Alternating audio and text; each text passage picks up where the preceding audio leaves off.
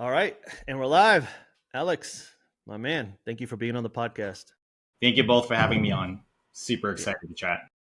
So I know you've been not busy at all, so you have plenty of time, and that's why you joined us today.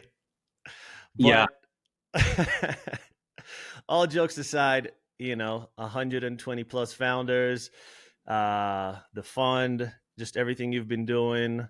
I know you've been super busy. We have a few things that we've been working on as well. Maybe we'll get into that a bit later. But yeah, for those who may not know, maybe give a quick intro. yeah, no, guys. First and foremost, thanks so much for having me on. It's a pleasure to chat more about Pawsible Ventures. My name's Alex. I am one of the founders, and Pawsible Ventures is Canada's first venture studio and also incubator as well. We launched this officially 60 days ago, well, 2 months ago when we made the official announcement. But one of the main reasons why we decided to launch Pawsible is because we understand that the animal health industry is completely underserved when it comes to support, when it comes to funding, when it comes to mentorship. I've been in this space for roughly 7 years now. So as a founder going through it, it was extremely difficult for me to find I guess a community and a group and mentorship and funding. So I decided to tackle that exact problem, and here we are. Okay. And you said you're the first in Canada to do Yeah, this. yeah, we are. There are quite a few, I would say, later stage funds. I would say in North America, but in Canada, we are one of the first, or actually, I would say the first Canada pet incubator and venture fund that's live. Okay. It's funny because Pioneers. yeah. We we one of the interviews we did with you, I forget in which segment, but I got a ton of people afterwards reaching out to me about it. And there was, I mean, I won't mention names right now, but there's a few people that are trying to do something similar to what you guys are doing, just like you guys are the first in Canada. They want to be the first in their countries to do so. And it's just, I think when you're in the US, you tend to forget because the US is so big and the market's so big, and it's number one consumer market for pretty much anything in the world. But there's so many opportunities and so many cool things happening outside, whether it's Canada, India, like we talked earlier, or Europe, et cetera, et cetera. So yeah, just to say that there are a lot of, I think you've inspired other folks in other countries to do something similar and walk the same path that you're kind of really doing in Canada. I appreciate that, man. I think animal health was always historically known as a niche market, right?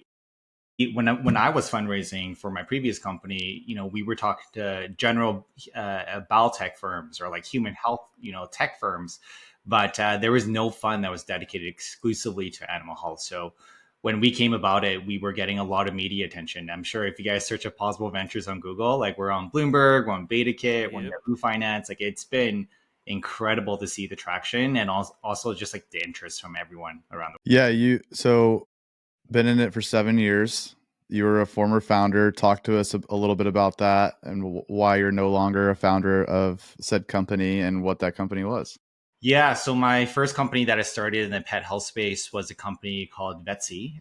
This was actually co-founded back in 2019. So pre-pandemic, one of the reasons why I co-founded Vetsy was, and just for context, I have two dogs. I have a French Bulldog and also a Pomsky as well.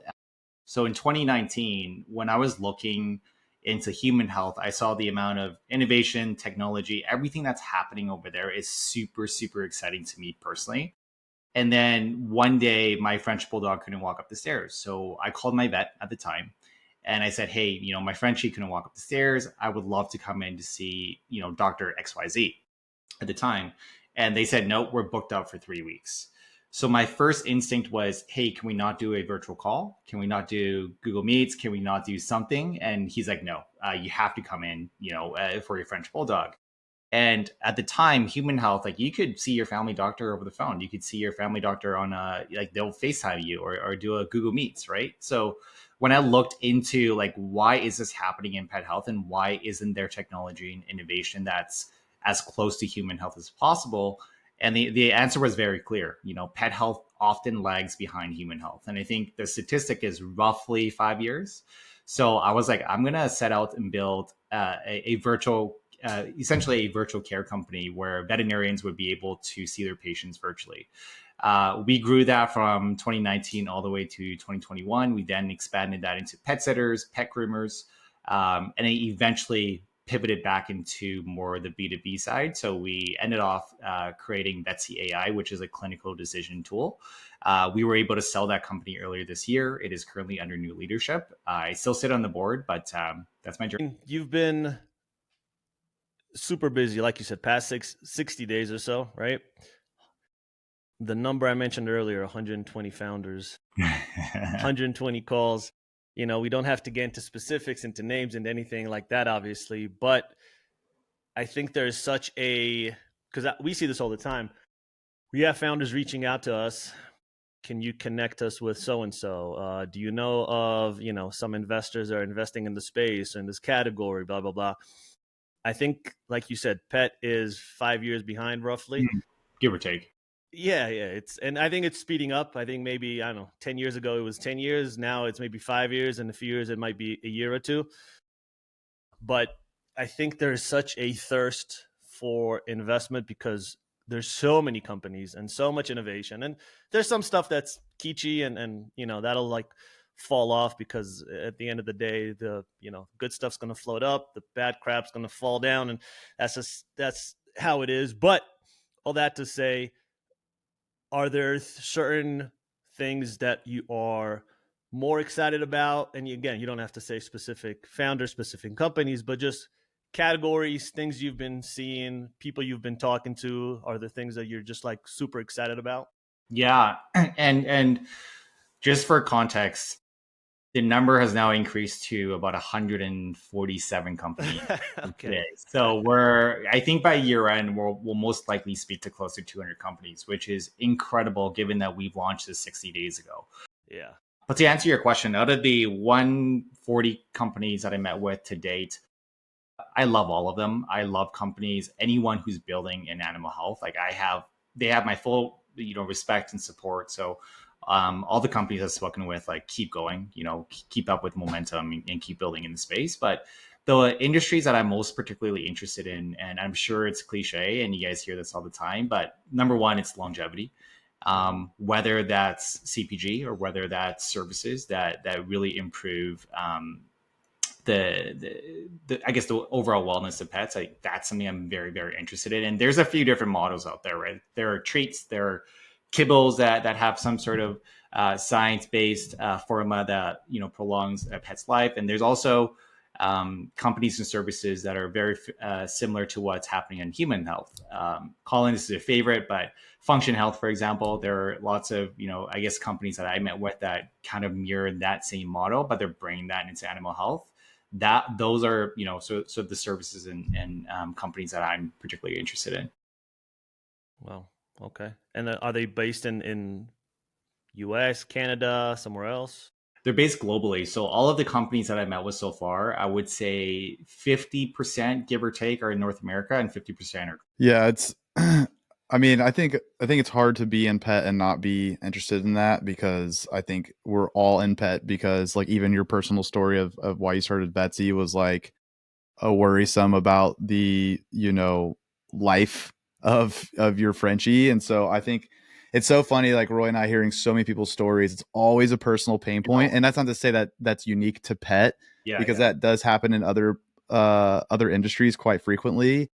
But it's like always like very, very much a personal thing, I feel like, almost all the time, which is interesting. And so it always goes down to like pet longevity for the most part.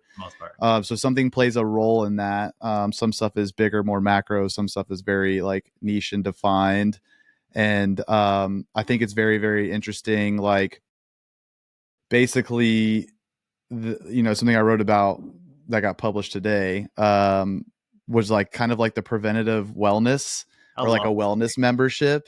I love that. And it's it really is like, you're seeing with, I think I shared with you before, we talked about, Function Health, Superpower, Humanot, all these, basically it's like on the verge of like biohacking and like also doctor. Mm-hmm. It's like, I don't really care to see my GP all that much. And like, I honestly just had my annual and it took me 2 months to go see her. And like, all she did was like knock on my knees, like, got a pulse, like nothing in the lungs, blood test. The blood test is really what tells me everything. And so like the fact that we could skip that part and like, you know, and not to say like skip a doctor or whatever, but it's like there's quicker, faster ways to get results. You're not, you know, beholden to an in-office visit or even a virtual visit. Like you could get, you know, data and details and stuff like that. And I think that immediately going over into pet is incredible. And there's everybody's focused on like the model's always been pretty old where it's like, I have no idea. I'm going to go into the vet. No clue what this is going to cost me really, besides what I know it is to do a visit, if they have to run a test. So I love this idea, like, you know, mentioned Sploot and a couple of these other incredible vet models where it's like, hey, you pay this membership, you can come see us X amount of times, unlimited amount of this, blah, blah, blah. And I think that's really just like, it's now like that always has a ripple effect. So if you change like the biggest part or the biggest bottleneck in the space, which is like, you know, a lot of times it's going to see your vet in that visit, it creates this huge other ripple effect all the way across supplements, everything else. And like everything starts to become connected through data. And you see this big circle kind of being drawn. And we're like right at the, like, I felt like the tectonic plates have like jumped and moved and shift. And so there's a lot of cracks and things are being reshaped and coming together. So it is an absolute amazing time to be focused on what you're focused on. And there's so much more to come, even though so much has already happened. Yeah. And one thing I thought I'll point out right now, you know, the shift that we're seeing is that pet owners are now being less reactive and they're being more proactive, right? So we're looking at services, we're looking at products, we're looking at a variety of different things that we can be in control of and try to do what's best for our pet, right? Like we're not waiting, you know, for a veterinary call, or we're not waiting to go into the clinic when something is wrong. We're now trying to find out like what could go wrong. And that's why we're seeing a lot of these wellness plans. We're seeing a lot of these models that mirror like Function Health and all these human models. But it's a big shift. It's a big shift. We just need to get the dogs to start talking. That's it. That, you know, essentially, give me 5 years. I'm going to invest in a company that makes pets talk. Yeah. So Pawsible Ventures, what is the process of, you did a $10 million fund. So, right, about 20 companies, roughly $500,000 a check.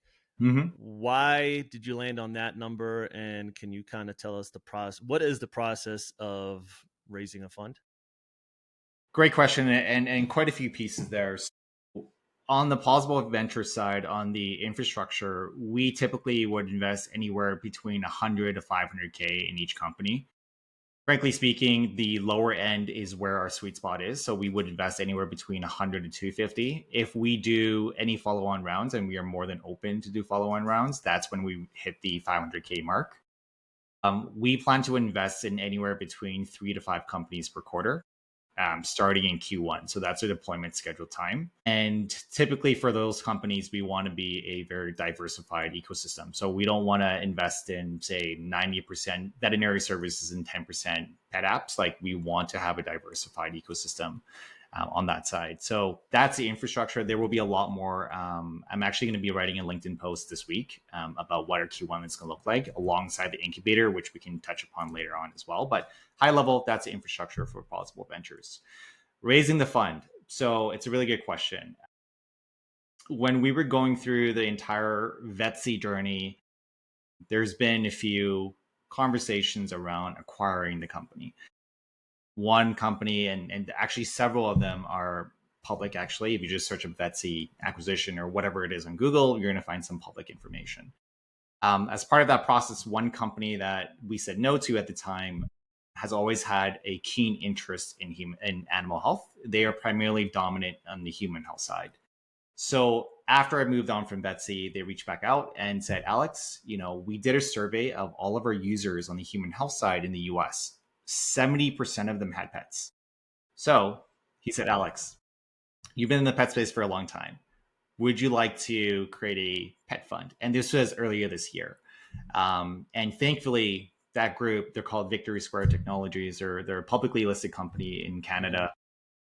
They backed us, one of our major financial backers for Pawsible Ventures. They've always wanted to invest in the animal health space. They always wanted to get into the animal health space. The first time I actually met them was in 2021. And that's when they're, and we're based in Vancouver, BC, like that's our HQ. They reached out at that time and they kept tabs on us the last few years. And then over time, it was, after move on from Betsy, it was just a natural extension. They brought in the investors, they brought in the LPs, they brought in the capital. And yeah, it's been a great relationship the last 9 months now. Wow. I love that. Can you maybe explain to people who may not know Sure. how the mechanics of that works? Like the behind the scenes of, they give you or they put you in touch with so and so, you get X amount of money, you go deploy that capital, you invest in companies to get X return, then that money has to go back to them. How does the whole process work? Without diving into like very specific details, typically for high level. High level, I would say is typically for a fund. So, for example, for a $10 million fund, you typically would have X amount of LPs or limited partners who would invest in that fund. And based on the fund return, so let's just say we turn 10 million into $30 million. Typically for investors or even general partners like myself, we would have like a carry. So we would make like say 20% of that into our pockets, and the rest or the profits would go back to all of the limited partners and investors that are part of the fund. That's a high level structure. I mean, I can dive more into details, but typically we want to turn 10 into, 100 million. We want to turn 10 million into, 150 million. And then from that point on, we're going to go ahead and raise a fund two. We were very intentional with fund one. Frankly speaking, we had way more interest in 10 million. We actually could have closed a lot higher than that, but we were very intentional because Pawsible Ventures, our thesis is we want to invest at the earliest stages. Fund two, which is something that we're thinking about it for later next year. We may want to invest in more growth stage companies or C+ stage companies, but very intentional, $10 million fund, early stage companies, 100 and 250K checks. Yeah, that kind of actually dovetails beautifully into what I was going to ask you, which is with these, being early in some of these companies, are you more focused on like, okay, this is a well-defined space, like you have an edge proprietary thing here. We think we can get behind this because we see the vision, like your path to X amount and revenue within the next 3, 5, 7 years. Or is it more like you're looking for the absolute massive swings and like completely changing behavior and things of that nature, like the Ubers of the world, where you're just like, we now do things completely differently because of this company. Like, are you somewhere in between? Just kind of understanding like what are these companies in terms of a trajectory? You don't have to throw numbers, but just like, what you're kind of looking for some of these, three to or so companies per quarter. Yeah, so I think from a fund perspective, everyone is looking for the next Facebook. Everyone's looking for that next Uber, right? Like we obviously would want a unicorn where it's a 5,000x or a 10,000x, and I think from a fund perspective, everyone's looking for these unicorns. But we understand in the pet health space, at least from our thesis internally, is that we're not necessarily always swinging for those 10,000 X's.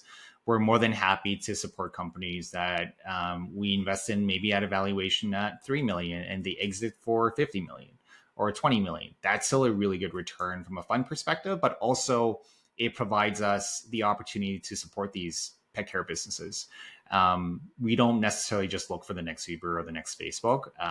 Early stages, we're really taking a bet on the team. So to answer your question directly, we're right in the happy medium, I would say. Yeah.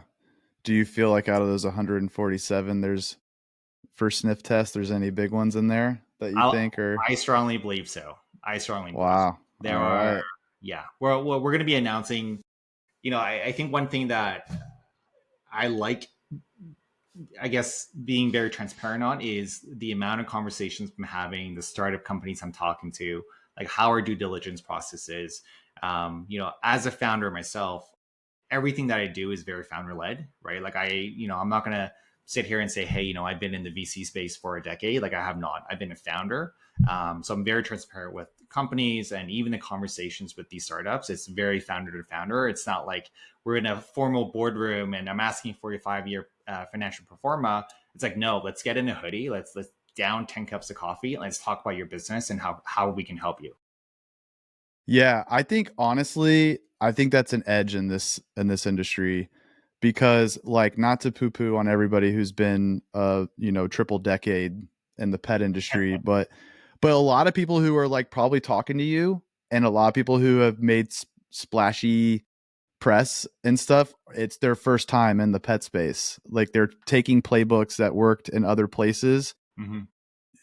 So many Americans and Canadians have, and quite frankly, all over the world at this point, have pets and experience these pain points and are like, yeah, I'm going to solve this problem, and I'm going to take this playbook over here and just do, because it's like the humans making the decision at the end of the day until Roy finds a way that we can talk to them. Working on it. So, so like, I think that really helps, because it's like, that's relatable, Mm-hmm. right? Like, and as opposed to people coming outside and then talking to like someone who's been on the inside for so long. I feel like sometimes that can work in the reverse. So I think that honestly gives you an edge. And speaking of edge, just to kind of like piggyback on my earlier question, are you, when you're investing in these companies, are do you have something that is a must, like this is a must have, like I will not move forward unless, and like, is that defensible IP? Is that like distribution like already locked in? Or is it like, do you need one of these levers in order to say it might be a great idea, but it's like, yeah, as soon as so and so finds out about it, they're going to just do the same thing for cheaper? So I'm curious, like, what are some of those levers that you can talk about, or must haves, that these companies should essentially have? Should I spill the beans on the podcast, guys? Should I spill the beans? Yeah. Spill them. Yeah, and that's a really good question. I can give you a very generic response to that, which I'm not like I'm very transparent, again, very founder friendly and founder led. And back to your original point of like, our edge, like when we talk to founders, like the one thing that founders or startup companies say to me is that, Alex, you're so easy to talk to. It's like literally talking to a founder, and I really appreciate that, and I really want to bring that up. But to answer your question, it really depends on the stage of the company. So when you're looking at seed companies, when you're looking at Series A companies, when you're looking at pre-seed companies, there are different metrics that every single investor will look at.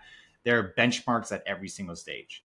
At the pre-seed stage, I remember as a founder when I was a pre-seed, when we were in pre-seed stage, and they would ask for like 5-year financial performance. They would ask for like, what is your LTV? What is your CAC? Like these very complex metrics that at the pre-seed stage, you're very messy. Like everything's probably like handwritten on notes. And so for us as a fund, we look first and foremost at the team. That's what I can say. And it's harder. It's easier said than done, right? But we look at the team in terms of what unique insight they have into the problem or the company, the problem that they're solving. Is it a personal experience? Is it something they went through? Did they work at a large veterinary group in the past, or whatever it is? Like we want to ensure that the team has some sort of unique insight into what they're building and what they're solving. But diving deeper into that, I think it's I guess the mentality of these founders and how they react to, I guess, like adversity and challenges. Like it's hard to explain, but I think we look for founders that have that tenacity to keep going. Yeah. No, I think that makes a lot of sense. And honestly, that's a great answer. Like the unique, like POV, if you will, like, because maybe you don't have like a proprietary piece of tech or IP or whatever at the moment, but it's like, oh, wow, that is like a very specific pain point, and you have a clear path and a vision, and you've been, bludgeoned over the head 900 times with this problem. And so you are uniquely qualified to go build this and build it fast and build a moat around it. So I think that's super helpful. And like, I think a lot of this is, kind of trying to come from like, hey, I just came up with this crazy idea and I got a little traction, and now I'm looking to raise, like, from that point of view is kind of where I'm asking from. And so I think that's very insightful and helpful for a lot of folks. And, you know, at the end of the day, it is like, you are very easy to talk to. And I think that relatability probably goes both ways, right? It's like, you need to be able to kind of get that sense of camaraderie from the founder and understand that they have a team and they can gel with people. And yeah, like shit's going to hit the fan. What are you going to do? How are you going to react? Are you a table flipper, or are you a, you know, whiteboard? Let's figure let's figure this That's out. a new one. I'm going to use that one. One thing I'll add to all of that as well is when it comes to early stage founders, like your idea, I can probably say 90%, 95% of the time it's going to change. Now, there are two types of founders. There are founders who say, I have one idea. I'm going to go out there, test it. It's not going to work. Okay, this company is going to, we're moving on. We're not going to build this company anymore. And B, there are founders that have one idea. They go out, test the markets. It's not going to work. They go back to the drawing board. They pivot. They go test that idea again. Not going to work. Test it again, to the point where it actually sticks. And those are the founders that we look for, the ones that don't give up, the ones that literally keep going and showing up. When I was co-founding Vetsy at the time, it was 6.5 years. The amount of times that we been like literally bottom have been like, I can't even count with my hands, but we just had to keep going. We had to keep pivoting. And you can see by the journey that we built telemedicine to pet sitting, to pet grooming, to AI, like we pivoted so many darn times, but we just kept going. Right. So those are the founders that we look for, especially at the early stages. There's no metrics that you can show me that would impress me more than someone who wants to keep going and just not give up what they're building. Yeah. It's almost like I don't want to say the idea, it doesn't matter. The idea obviously matters, but there's so many people with great ideas that just don't have the tenacity to keep going. And, you know, I've talked to, I don't know how many founders at this point, maybe not 147, but close. I'm sure yours are close. Yeah. Yeah. It's in the vicinity. It's in the ballpark, but you know, it changes. Like some founders, they've been grinding for a while, and they've been going to the markets, and they've been, you know, friends and family, and they've, I don't know, their trials and tribulations, and now they're at this point where they've been going for X amount of time, and we're ready to raise. Like we know what to do. We've fallen, we've gotten back up, we've fallen, we've gone back up again. And then there's others that, you know, and I'm not shitting on this in any way, shape, or form. It's just that's what they decided. They're like, I have this great idea. You know, I've tested it. People love it. Dogs love it. Whatever. And I'm just going to go in now and raise. And some are able to do that. Like you said, like some people have that charisma, maybe, or they have, you know, how to sell. They're confident, and people follow. And you know, investors are no different. They're just as susceptible to charm and charisma and someone who knows how to sell than anyone else. And so there's, I don't know, sometimes people come to me and they're like, what should I do? I'm like, honestly, like you could do this and you could do this. Like both could work for you. It just depends on you. Like you have to know who you are. You have to know what the product is. You have to know, are you at a stage where you could do this right now? Mm-hmm. So there's not like one formula that's going to fit for everyone. I agree with you. It's based on who you are and, you know, what your product is and what stage you are in. Yeah. One of the good examples that we've actually recorded of this exact scenario is Brandon from AirVet.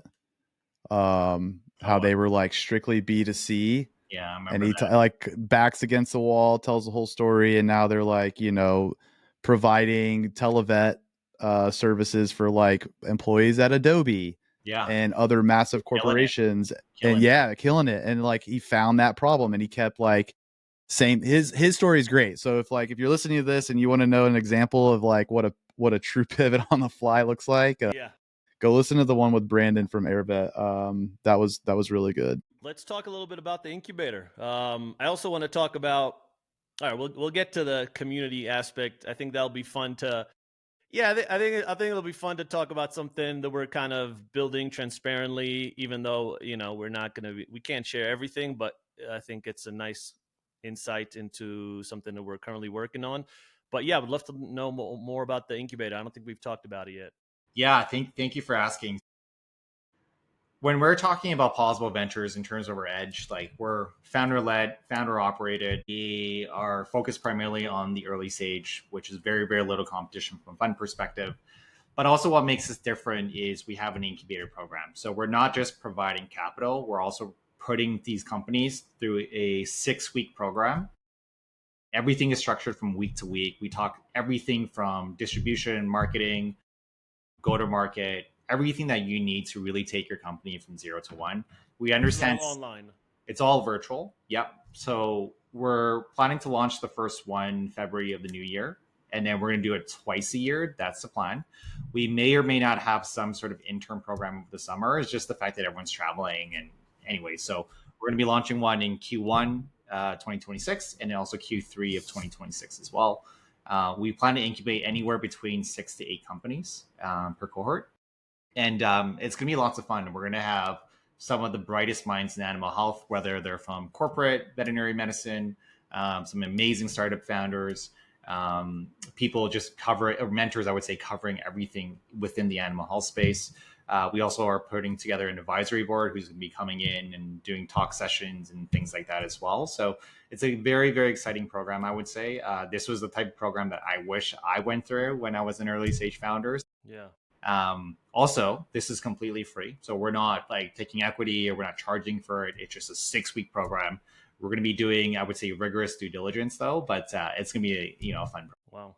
So it's not like the Leap Ventures one where they get, I forget what the size of the check is, but they get a check, they go through the incubator, it's however many weeks, and then at the end of it, they can go and use that capital to grow their company with the experience of all those weeks of workshopping. Yeah, and shout out to Leap Ventures. Rachel and the team, amazing at what they do. I think for their accelerator program, I think it's 3-month program. They're focused more on the later stage companies. Our 6-week, I would say, compared to Leap Ventures, is much more of a boot camp where it is significantly shorter. It's about a month and 2 weeks, a month and a half.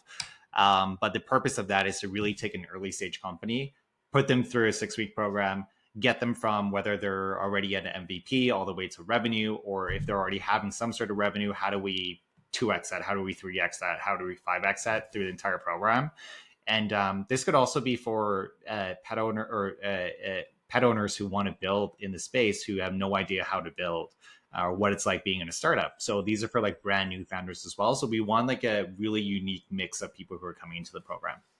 And one last thing, at the end of the 6 weeks, we are planning to do some sort of an in-person demo day, whether that's in like Vancouver or whether that's in New York, or whether that's both in somewhere in North America in between. Like that's something that we plan to do as well. Man, that's really cool. Yeah, I could see a lot. You're going to get a lot of interest for that. Yeah. Our applications are prematurely open on their website. And I'm like already getting flooded with applications. It's just tough. Like, as amazing as this space is, and like I think having been in music, having been in like experiential marketing, like having been in a lot of other industries before coming over to pet, it's the realest people, and it's like it's the most approachable and stuff, but it is so hard to find. It's a small space, but it can be really hard to like find connections, find information. It's a big reason why Roy and I even started this, was like there's not a lot, not a lot of publicly traded companies, not a lot of stuff is talked about except the big splashy headlines when there's like a pill that can extend a dog's life, or farmer's dog is like skyrocketing to the top with like, basically taking down kibble. Like those are the things that catch the headlines, right? But it's like there's so much in between that's happening, and people just like, where do I go? Who do I talk to? How do I talk to somebody? So I think anytime that there's like a sliver of that opening, it's going to be people cramming to get into it. I agree. I mean, we're seeing it from the applications, from the inbound, from the startup companies that are reaching out. So no, it's been fun. I think it's also just back to maybe the point we were all trying to make earlier. When I kind of started this, whatever it was, mid 2023, like I wanted to do, and Colin wanted to do the same thing. We were working in parallel, but just separately. I wanted to do something that was going to cover the pet industry kind of like a morning brew. But I was also like, you know what? But we should also like have kind of sections for the pet parent, because I'm like, they're gonna be interested in all the latest things and what's happening and cutesy stories and feel good stories and so forth.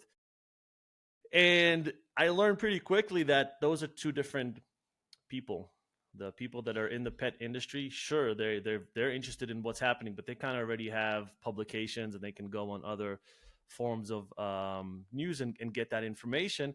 But then the pet mom, dad, they're not really that interested with what's happening in the pet industry as far as the business side of things. So it took me like a few months, but I was like, okay, like when we put this stuff out, this goes nowhere. When we put this stuff out, this is people are really interested. And then, you kind of have to quickly pivot, because it's like, okay, this was the original idea. This is what's actually working, and this is something that I wanted to focus on anyway. Why am I spending all my time, energy to put, all this stuff out when it's not doing anything? So pivoted, and here we are. There you go. One of the fastest growing pet health, animal health newsletters out there, and media, and everything that you guys do. So shout out to the Wolf. Yeah, we appreciate that. There's definitely a lot of stuff coming down the pike. I feel like we're definitely graduating in a lot of ways. We're trying to become a lot more robust and cover the space. And like much to Roy's scenario, it's like it's kind of funny actually talking about this. I don't think I've ever even said this to Roy really out loud. Is like, Say I had a business in New York City. We did a lot of experiential pop-ups, and shout out to Brandon and Joe who still run it. It's called Supermatic. They're amazing fabricators. Built the first ever Goop store on Bond Street for Gwyneth Paltrow. Built the first Jordan store out in Chicago. Did like tons of Chanel pop-ups, Cartier pop-ups. So got to do like a lot of this really cool Ralph Lauren fashion shows, like amazing things.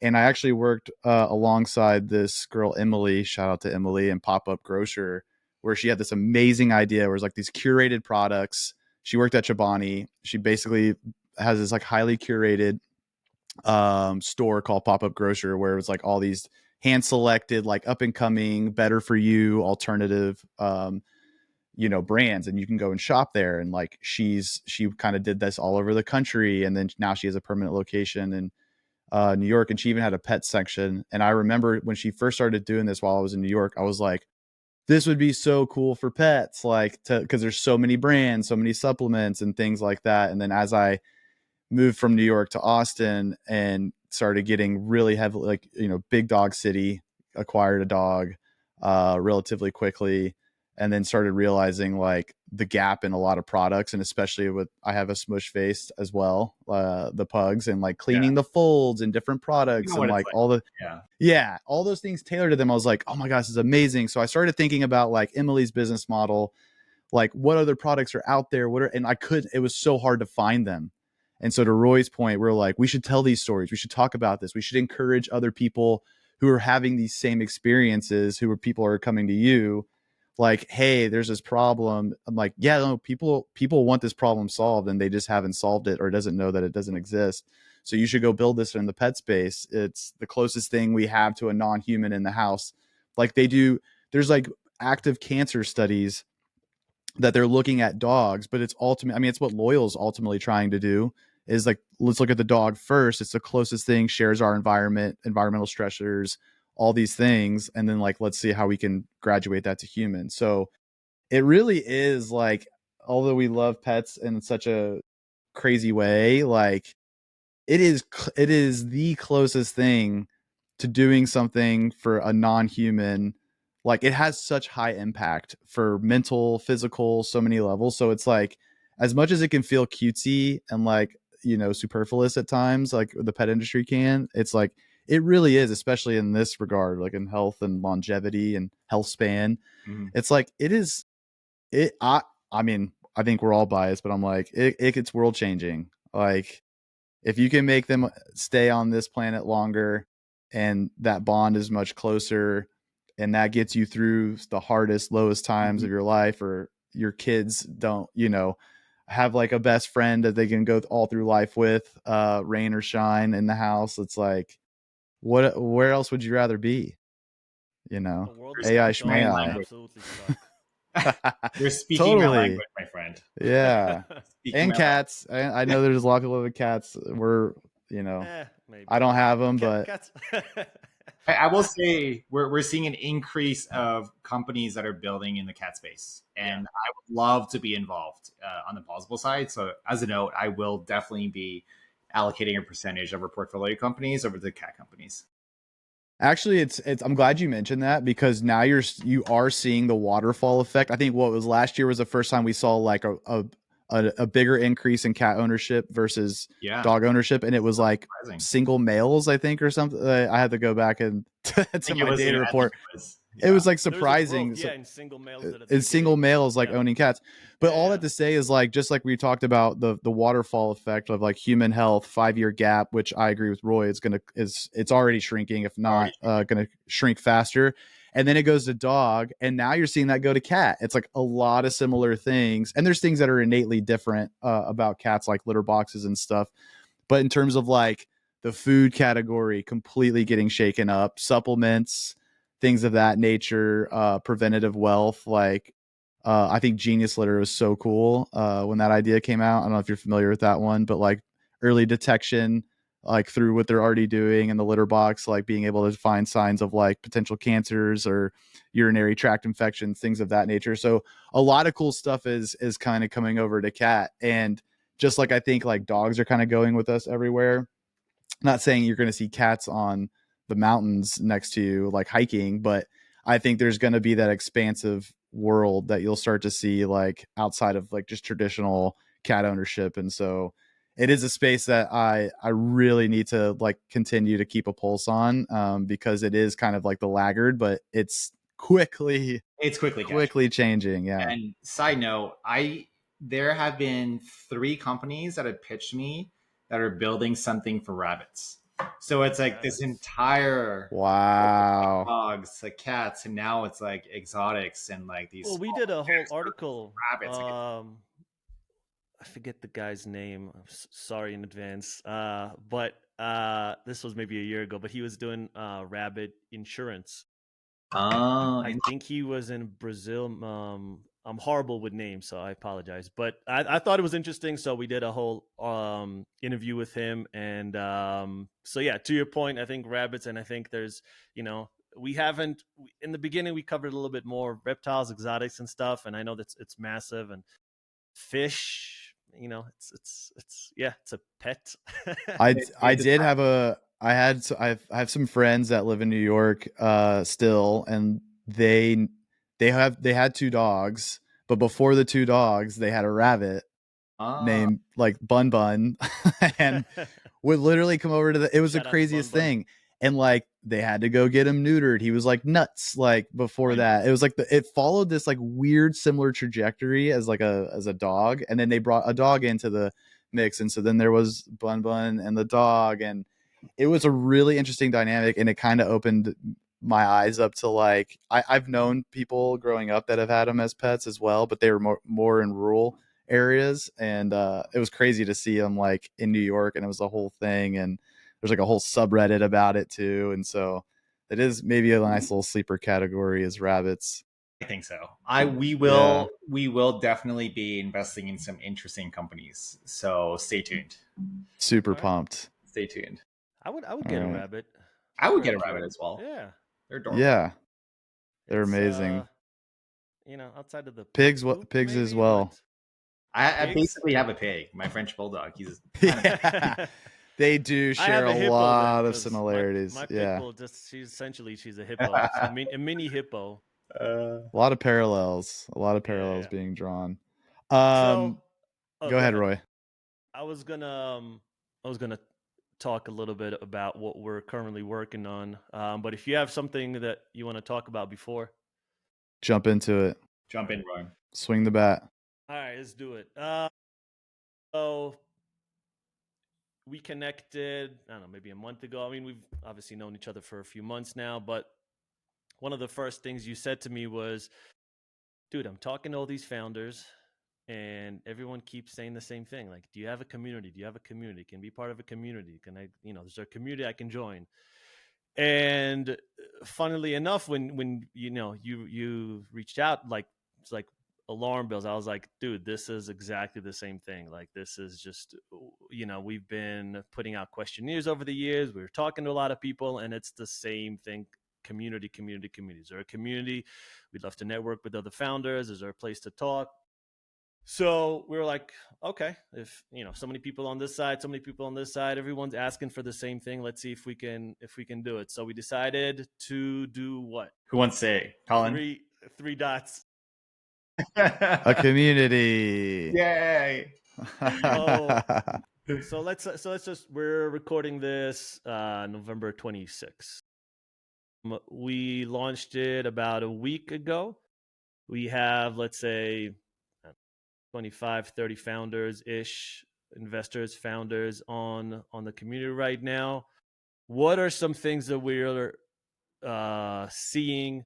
What are some things that maybe you've noticed over this past week? What are some things that we're trying to do? So just being fully transparent, this thing will probably launch to the wider pet public early 2026.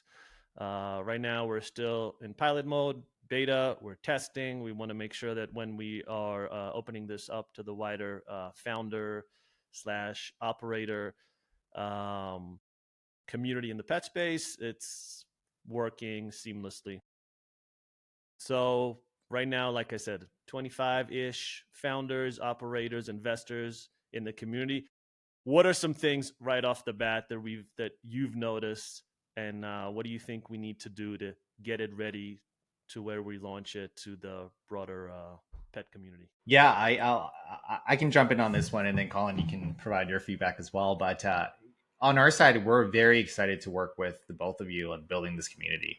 The 147, 150 companies, I would say one in every three conversation have been asking me about building a community. So just to provide some context for listeners, the first group that I would go to talk about community is definitely Colin and Roy. Like, you guys have been absolutely killing it with your newsletters and everything that you guys have been pushing out. So you guys were the first group I went to, and I'm like, we need to co-create this community. So yeah, I think the first beta batch, roughly around 25 founders and investors. I think we have like a variety of different channels, but one channel was like specifically on like marketing and growth. And I've definitely seen some like really, really interesting conversations in there about founders who are asking about growth tactics and how do you do this, how do you do that. And I think that's like the value that we're hoping to provide from a community perspective.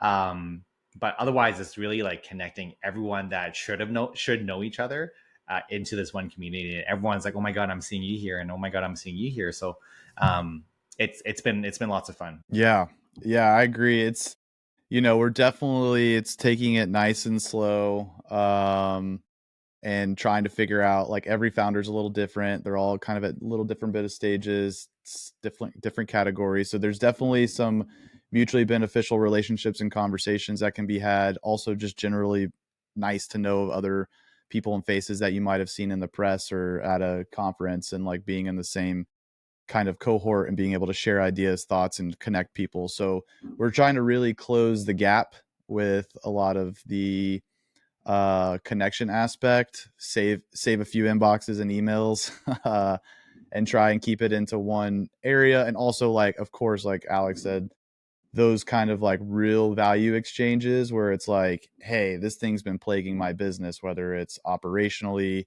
marketing, whatever it might be, and being able to have other people chime in and kind of provide that value. So I think if it's like operations growth, like whether that's through sales or revenue, networking and connection, it feels like those are kind of like three really big pillars right now that exist. And then, of course, there's going to be fundraising and like jobs and other things that are more tactical that I think are less about like a chat and more about like, hey, I'm just going to post this thing up here. If anybody can help, we'll love that.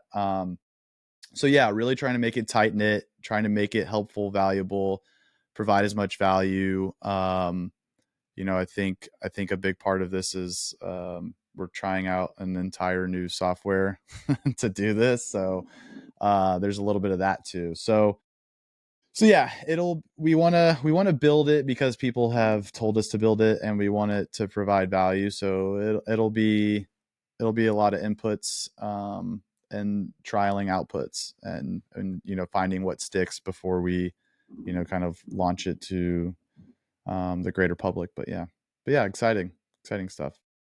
Yeah, I think I'll give my 2 cents. I think it's kind of like what we talked about earlier. Like or at least I don't know. Maybe I'll just talk for myself.